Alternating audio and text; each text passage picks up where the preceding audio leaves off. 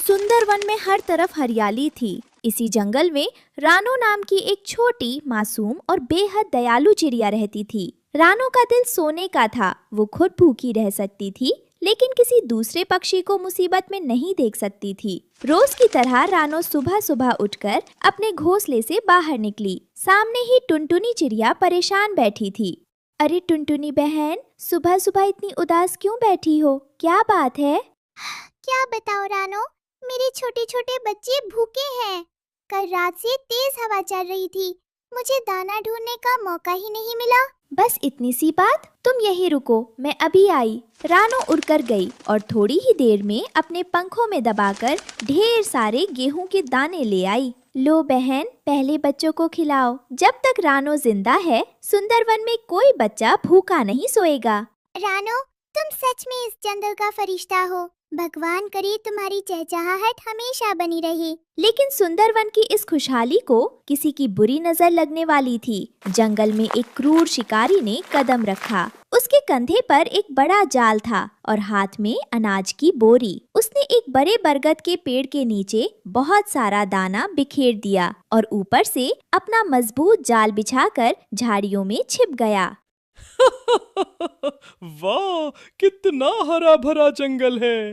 आज तो इतने पक्षी पकड़ूंगा कि शहर के बाजार में बेचकर अमीर बन जाऊंगा। तभी मिट्ठू तोता और उसकी पत्नी तोती वहां से गुजरे। अरे भगवान, देखो देखो, नीचे कितना सारा ताजा दाना बिखरा पड़ा है। आओ चलकर पेट भर खाते हैं।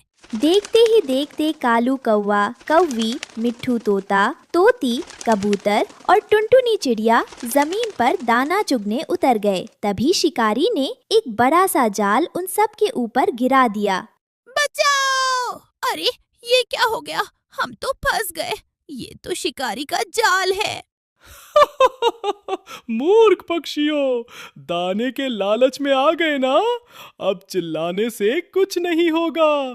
तुम सब अब मेरे पिंजरे में जाओगे। तुम पक्षियों ने इन पेड़ों पर बड़े आलीशान घर बना रखे हैं ना?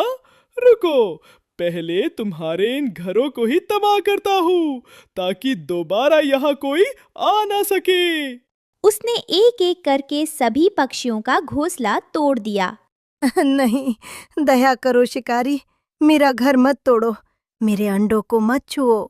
सारे पक्षी जाल के अंदर बेबस होकर रो रहे थे। तभी रानो चिड़िया उधर से गुजरी। जब उसने जमीन पर बिखरे हुए घोंसले और जाल में फंसे अपने दोस्तों को देखा, तो उसके पैर तले जमीन खिसक गई।